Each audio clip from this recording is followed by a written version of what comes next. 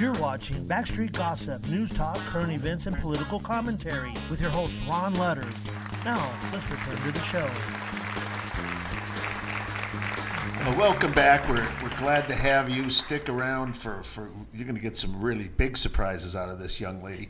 Let me just tell you, first of all, thanks for our sponsors, and please visit with them. They're really good people. They make this show work, and we'd appreciate you saying, hey, we come and use your services, and we saw you on Hub Radio Phoenix. It's really important, Ray. It is, This place, unfortunately, a lot of people think, oh, it's as free Hey, as Martha the air. came to my house, took And care of things over there. It's not all fit, it's not all fair, and or free rather, and so you kind of do that. The other thing I'd like to mention to you, if you are watching this show on YouTube, go down there and it says, I think there's a subscribe button. We're trying to figure out how you subscribe. Well, that's it. It's YouTube. I thought it was Facebook, but it's YouTube.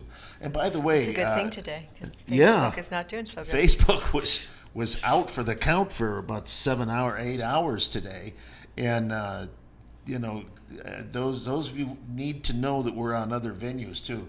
We were going to record this show anyway and get it out there, even if we could not go live tonight, because we use the Facebook channels to sort this out.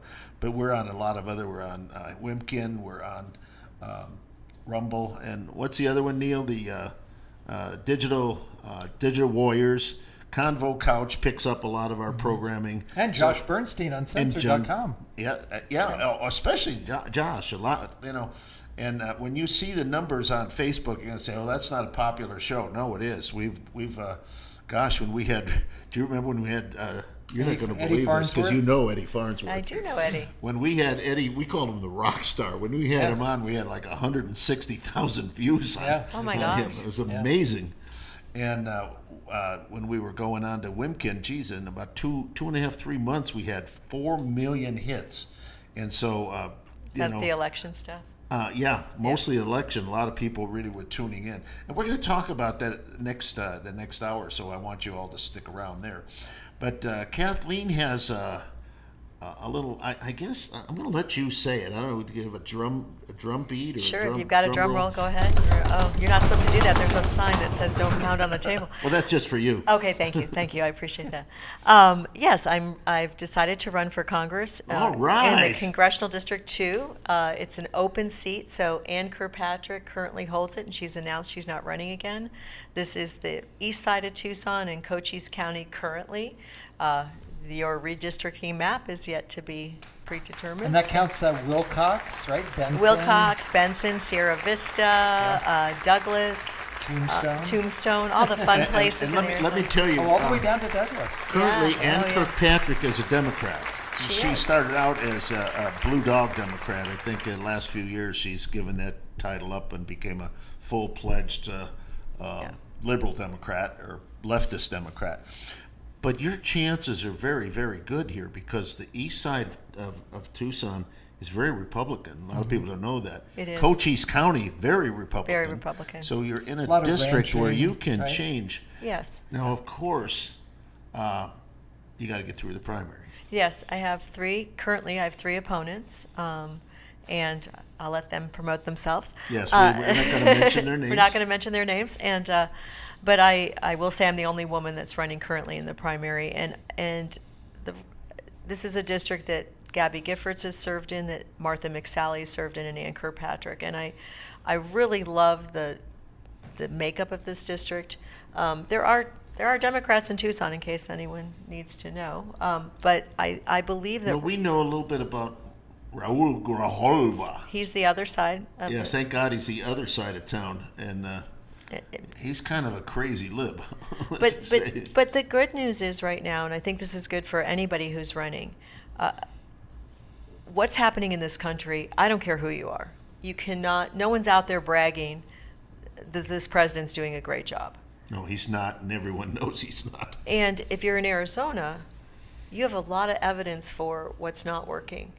And I think as we look at this, I couldn't tolerate it. Like, I saw what's happening in this state, and because of the work that I do and the pressure that was being put on our law enforcement, our military, I had friends that were over in Afghanistan helping Americans and Afghanis, and we can talk about that later, get out of Afghanistan. And that was a dismal failure. And if we don't, as Americans, stand up to this government right now and take back our country, we need 5 seats in Congress. And I believe that this is a key seat. Did you hear that, folks? We need 5 seats is all to change the political makeup of the United States House of Representatives. And that needs to happen. Yeah, and we can do it here. Go ahead. I was going to say Arizona should be able to get 3 of those right now. That's right. Tom O'Halloran, and Walt Blackman, when you have him many, many times. Yeah. And he picks that up, you pick this seat up, and there's one other, and they have a 5-4 lead, so we got to pick off 3 of the 5 that they have. They could be here in Arizona. Yeah. That'd be so awesome. Kathleen, you're right there on the border with Douglas, and that's mostly a rural district. I mean, I know you have parts of Tucson, but the majority of the space, at least landmass, is going to be down there. So, that border is going to be a really important issue, for this upcoming election. Now, I'm curious. I wanted to get your thoughts on, we have a lot of immigration coming through, a lot of authorized, come on in, it's no problem, especially from Afghanistan. But to my understanding and what I've been reading up on is that many of these older males are bringing in child brides and multiple child brides. Are you familiar with this going on? Yes, and they're not really child brides. They're child sex slaves. And there's a lot of, although we do know that the Taliban, not even the Taliban, the cartels in Mexico and Central America have gone into households and just taken people and held the family at gunpoint and said, if you don't let us take, whether it's a boy or a girl, we're going to just kill the family now. So there's a lot of what you're talking about going on, but they're not really marrying these girls. They're selling these girls. They're selling. This is an organized crime. Get people into this country, and who benefits from that? That's the question that we're not asking. If we destroy our borders and we destroy our country, who benefits from a weakened America? And that's what we should be asking. Who is benefiting from this? And so that's where you have to look to see, is that China? Is that Russia? I think it's China right now. I think China is a socialist agenda. I mean, it's all about control. So, people always say we're multicultural. We live in a multicultural. And I said, well, yeah, and this is not me saying this, it's everybody saying it. We live in a multi-ethnical, but not necessarily multicultural, because their culture allows older men to marry younger women, multiple younger women. And frequently underaged girls. Yeah, and our culture doesn't allow that. So do we tolerate other cultures coming into our United States of America and just say, well, yeah, we're multicultural, we'll let you do whatever your culture says is okay, or do we stand by the laws of the land? I think there's a problem with your premise, and this is not on you, but these people coming in are not coming in legally. Well, no, I agree. And so first of all, you have to stop the illegal immigration. Like, that has to stop. And then you have to get an idea of who's here. We have no idea who's in our country right now. And we've had over 120 some countries come to our border in the last 60 days. So from Yuma and Douglas. So you don't just have Mexico and Central America showing up. You've got people coming from all over the world. Including China, I might add. Including China. Including, who knows to say that we don't have Taliban here? There's nothing to say we don't know who's in our country right now. Let me do this, because this is very strange that people don't quite understand something, and it took me a little bit. There is a big difference between a refugee and an immigrant. Absolutely. And let's talk about that for a minute, because refugees should be welcome here because of a number of things. One, the religion. People are prejudiced against them. Their lives are in danger. Oftentimes, it's even their political persuasion. Like in China, if you challenge the the Communist Party, the CCP, they could execute you or put you as a slave for the rest of your life, working for free, for nothing. And they do have slave labor camps. And in that country, they have the Muslims. What do they call them? Uyghurs? I think that's what they call them. And these people are, because of their religion, they're imprisoned, and they're doing work that the Chinese government makes them do. And of course, their labor, free labor, is competing against our labor, which is paid, and paid substantially for the most part. And so we got that problem here that I don't think the majority of Americans, and we know that the federal government does not understand the difference between an immigrant and a refugee. You've also got trade. So you have to cut off, China can't be a trade partner. No. We just can't. And Because they don't play fair. they're not, fair would even be an upstat. They are systematically, they control 80% of our prescription drugs. Look at the fentanyl that's coming into this country. Yeah. I mean, we just cannot sustain. We can't. First of all, that we gave away 80% of our prescription drug manufacturing to a different country, and now you've got these vaccines that are going on into this insane forced vaccine mandate psychology. That's like we're going younger and younger on the kids, and there's a group of kids that are getting vaccinated. Their parents don't know. Like that's not our country. No. But it's happening in our country. So, Kathleen, to the best of your knowledge, is there a process right now, an existing process for refugees to come into our country? Absolutely. Okay. Is there an existing process for immigrants to come into our country? Legal immigrants, yes. Legal. Okay. Yes. So, my question is, why don't we just follow the law? Concept, right? Well, this... Am I being too rational? Well, you have to remember why. I mean, America is becoming more and more polarized. I don't think. And in terms of votes, you see, like right now, Republicans can't win the state of California. Well, if they keep sending people... Well, now they can't, since Governor Newsom with just the signed crazy... that. Yeah, everybody gets a mail-in ballot, which is... It's insanity. Well, that's how they want, you know. Well, but you see, now and here should be a plan the Republicans talk about, but they don't. Start sending your refugees that are Republicans to red states to keep them red. You see, we have people coming here from all over the U.S., as you know. Arizona, I think Maricopa County is now the #1 destination because it's a beautiful place, weather and so forth. And as this happens, they change the political landscape here. Our political landscape, I think, for the most part, has been good. It was pretty laissez-faire. You have your rights, you have your gun rights, and people leave everybody else. I mean, and an armed society is a polite society. And we do pretty much what we want. But in other states, they don't. Take a look at the mandates now in California. I mean, you being in the education process, they're talking about, 12-year-olds now? Yes. Or to younger? be able to go to school. Yeah. Yes. You can't go to school if you don't do Beginning, this. in August of next year? Right. So they're anticipating something that hasn't even been created yet. There hasn't been approval for the vaccine for that age group. Right. But they're mandating it now in preparation for them to come out to something. What if it's not ready? It doesn't make any sense. Well, in California, too, they changed their law to the age of consent is 14. So if I'm a 14-year-old girl and I'm with a 35-year-old guy, that's okay in California. So California is its own country. It's its own place. And I think that we don't need to become more like California. I think what we need to do, and you said this, is adhere to the Constitution, adhere to the laws.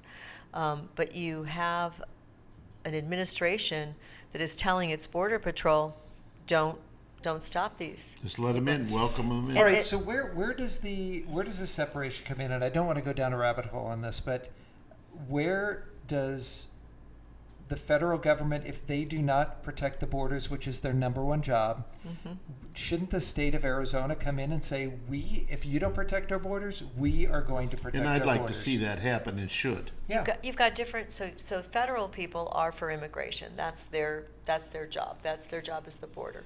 If I'm local law enforcement and I'm a city or a county sheriff on the border right now, I can arrest people for trespassing. I can arrest them for any crimes that they commit that is against the law in that city or that jurisdiction. So they are getting people for drug trafficking. Any of the other crimes they can get them for. The only thing that they can't get them for is the immigration violations. They don't have that authority. However, if you come across and you're raping someone or you're assaulting someone, I can get you for assault. I can get you for burglary. I can get you for drug transportation. Today, unfortunately, we had a DEA agent killed on the Amtrak train, and they were just doing a random search on the train, as they do from time to time, and they were carrying drugs, and they shot a DEA agent dead, and another Tucson officer has been injured. So we don't understand the dangers of what's going on. Here's what's going on. Now, this will be in your district, by the way. Right, correct. And this is Cochise County. I used to take people down there to see the border. And I can't remember the sheriff's name. Mark is his first name. Mark Daniels. Mark No, Daniels. Mark Daniels. Mark Lamb's in Pinell County. Oh, that's right. Yeah. And Mark Daniels, these are good sheriffs, by the way. They understand their role, and they try to do it. But I took a tour of the county jail in Cochise County. Now, ladies and gentlemen, Cochise County is a small border county. There's not a lot of people there. The tax base is pretty much the Army base at Fort Huachuca. Yeah. And so their jail is only about 160 people. They probably have 1,000 people cross there a day. Now, you can't lock that many people up. You cannot process that many people. And so these people just move on with impunity. The court system can't handle them. So we can't just have the National Guard standing at the border and saying, you can't come in here? Well, we have 150 National Guardsmen there, and all they're doing is paperwork. Right. They need to go down there and do military maneuvers right on the border with their rifles and strategies and so forth. If you don't welcome, come on in. If you don't say, come on in, people aren't going to come in. They're going to try to sneak in. Today, and I know you've both seen these films, there was one, I don't remember what nationality these people were, but they're crossing the Rio Grande River, and they needed help to get out of the river, and there's the Border Patrol people helping them get out of the water. The only thing they didn't have was towels to dry them off. And I'm thinking, no, you point back the other way, go back. Just think back a week ago that we had the Border Patrol on horses, right? And then these were their reins of their horses, and we have horses. So if you control your horse with the rein, they weren't whipping anybody. Of course not. But then they demonized their own Border Patrol. How demoralizing is it? This is the federal government. This is our president saying they're going to pay. I mean, what is that? It's not America threat. First. That's a total threat. So, Kathleen, you're running for Congress in CD2. CD2. How do people get in touch with you? Winn for Congress, WINN, 2 N's. Isn't that a great name, Winn for Congress? I'll tell you what, I was going to say, I hope you win. I'll be a win no matter win what. With win. It is. Yeah, that's win yeah, with win. You know what? That's really funny. After a debate, you know what, ladies and gentlemen, I'm going to win no matter what. Yeah, I'm going to be a win no matter what, but for sure. Winforcongress.com, I have my platform there. I talk about the border, law enforcement, education. I'm pro-life. I'm Christian. I'm conservative. I think that right now, I'm a daughter of a U.S. Marine. I'm very proud. It's Sonny Borelli and I. And your history goes back to the signing of the Declaration exactly. of Independence and the well, my US husband's yes, but I'm married to my husband for a long enough time. I guess I can claim that, right? You can claim You're that. adopted into All that. right, so I'm curious. Can you give us 3 things? You get into Congress, 3 things that you want to focus on. I know there's many that you want to focus on. 3 top things. I think securing our border. Border security. Law enforcement and military support. We have to be able to enforce our laws and follow the Constitution. Mm-hmm. And I think then finally, I'm going to call it education, but really it's protection of vulnerable people and primarily our children.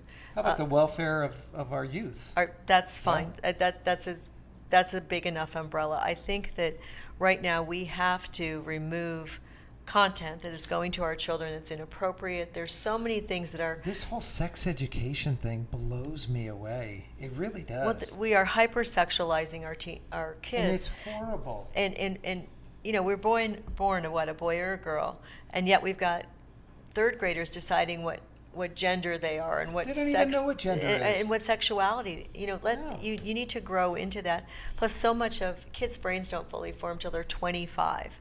So much of what we're And males sometimes not until they're 60. if we're lucky. But I think it's important that we understand who's trying to control the narrative, and that we start to protect the most vulnerable. And we haven't done that. And as a matter of fact, I think the only gift that they've given us is to show just how far they will take this. And we have to draw a line in the sand right now. Yeah. And you need protection from the first trimester all the way through your youth. Yes. Yeah. And now we're discovering even earlier on that, you know, the fetus it's a life. It's a life almost from the very beginning. Well, you know, and Ron, we've talked about this a lot. It seems as though, you know, because our government was established, I mean, every single founding father, including the one that you're related to, talked about God, whether it was the Father of Lights, Absolutely. our Lord, there is no king but King Jesus. I mean, it goes back. We are based on Judeo-Christian principles. Yes. And once they started taking God out of the equation, then it's a free-for-all. Well, and who doesn't care about God? The Chinese. So this, you know, all roads point back to China right now. And as a Christian woman, I think that God has given us all gifts and talents. But I do believe he's calling forth an army right now, and he's asking us to take a stand for the most vulnerable, for his children, for this country. That we've had a unique and amazing country where we did all the things that they say that they care about, but if you look at what they're doing, they don't care about humanity. They don't care about what's happening. No. And it's now or never. Like this, you know, we heard 2 years ago that was the most important election. We cannot allow this presidency to go unchecked, and the only way we can stop their momentum is to take back the Congress and the Senate and have more than enough votes. Yeah. And that's coming on very, very quickly now. Within 1 year, we will have an election. And you know what they say, Question. Ron, the good book? Oh, yeah. Blessed is the nation whose God is the Lord. Yes. It's one of my favorite. You know, years ago, I think it was Channel 5 actually had that as a Well, motto. every station, when they went off at midnight, they'd play the national anthem. National anthem. They'd read from Psalms, Yes. or as President Obama said, Psalms. There's the thing. Win for Congress. Yes, that's perfect. That's great. Now, do Thank you have your whole platform out there? Yes, it is. It's All all right. on my site. How can people help you? They see you, they want to support you. Obviously, you know, money is always a big thing. Money's a big thing. Fundraising. But I'm sure, you know, you're in a big district. They're going to need some volunteers. You're going to need people to go door to door, help you out here.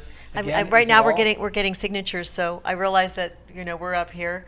I still serve up here, so I'm kind of like doing double duty, like you said.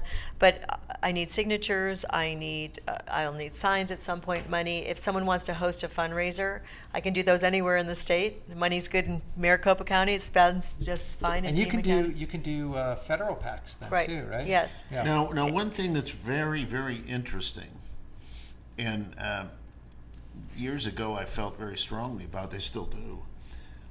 Ladies and gentlemen, you don't have to live in the district you Yeah. represent The seat for is Congress. this is Arizona's seat. It is, and I'm a real firm believer that Arizona needs to fill it. You know, we have, and I could show you and list the names, but I'm not going to, of people that came here just to run for Congress. And you know who they are. Mm-hmm. And as far as I'm concerned, Ray, and you know who they are as well, they did not serve Arizona well. No. They came here because it was an empty seat. They had money from back east. They came here, they spent the money, they won. Some of them because they were quote unquote war heroes, and I don't think they served Arizona well at all. So you really, ladies and gentlemen, you want somebody with roots in Arizona to represent Yeah, Arizona. that's right. And this young lady does. I mean, the further you are removed from the people that you serve, the crazier you get. And it just reminds me of the Speaker of the House. She has no idea what the average American is going through. Not at all. When she's making the decisions and spending money and Yeah, I came to Arizona in 1976. I hate admitting that. I was 17, so someone can do math really quick. 76. In 1976. Graduated U of A in 1980. I was a television reporter back then, long time ago. Got into real estate and lending. Just got into government in 2010. Helped Tom Horn get elected to be the Attorney General, and I served as the Community Outreach and Education Director for the state. And it was at that time that I really learned the problems, because my job was to go out and inform the public where they could become victims of crime. And you can't do that without working with law enforcement, without working with government officials. And we solved a lot of problems. We opened up veterans courts. We put prescription drug boxes, because the issues we're facing today, we were facing 11 years ago. And unfortunately, I think we've gone the wrong direction. So I want this opportunity to serve. This isn't an ego trip. I've accomplished a lot in my life. My grandchildren are proof of that. But I cannot tolerate the destruction of this country, and of the state. And of the state. And I don't think any of us can. I'm a proud American. Yeah. And I will fight for America. And I used to call myself the Dream Warrior when we had the handles on the CB radio. I say, I'm your Dream Warrior. And I'll tell you, Warrior. Dream Warrior. Sometimes one man's dream might be another man's nightmare, but See, it's because thank you. It's because I believe in the American dream, and I'm willing to fight for it. That's why I was the Dream Warrior. Absolutely. All right, watching Hub Radio, we have Kathleen Winn here, and we're going to have to send her on her way. She's got a little bit of a drive ahead of her. Yeah. Kathleen. Stop by Win for Congress. WinForCongress.com. And we want you back. I will come. Always fun. I love it, and thanks you guys. Thank you. So As we get a little further along, you'll have to tell us and update us. Call me anytime. I will. I know you did, but you called me late. It wasn't your first choice, but that's No, okay. it's all good. I love it. You guys, thank you so much. So WinForCongress.com. Okay, don't go away. We're going to be talking to Alex Colladin in a short time, and we're going to be talking about the Arizona audit and some of the nonsense that's going on out in the real world. Okay? We'll Thanks, see guys. you. Don't go away. We'll be right back.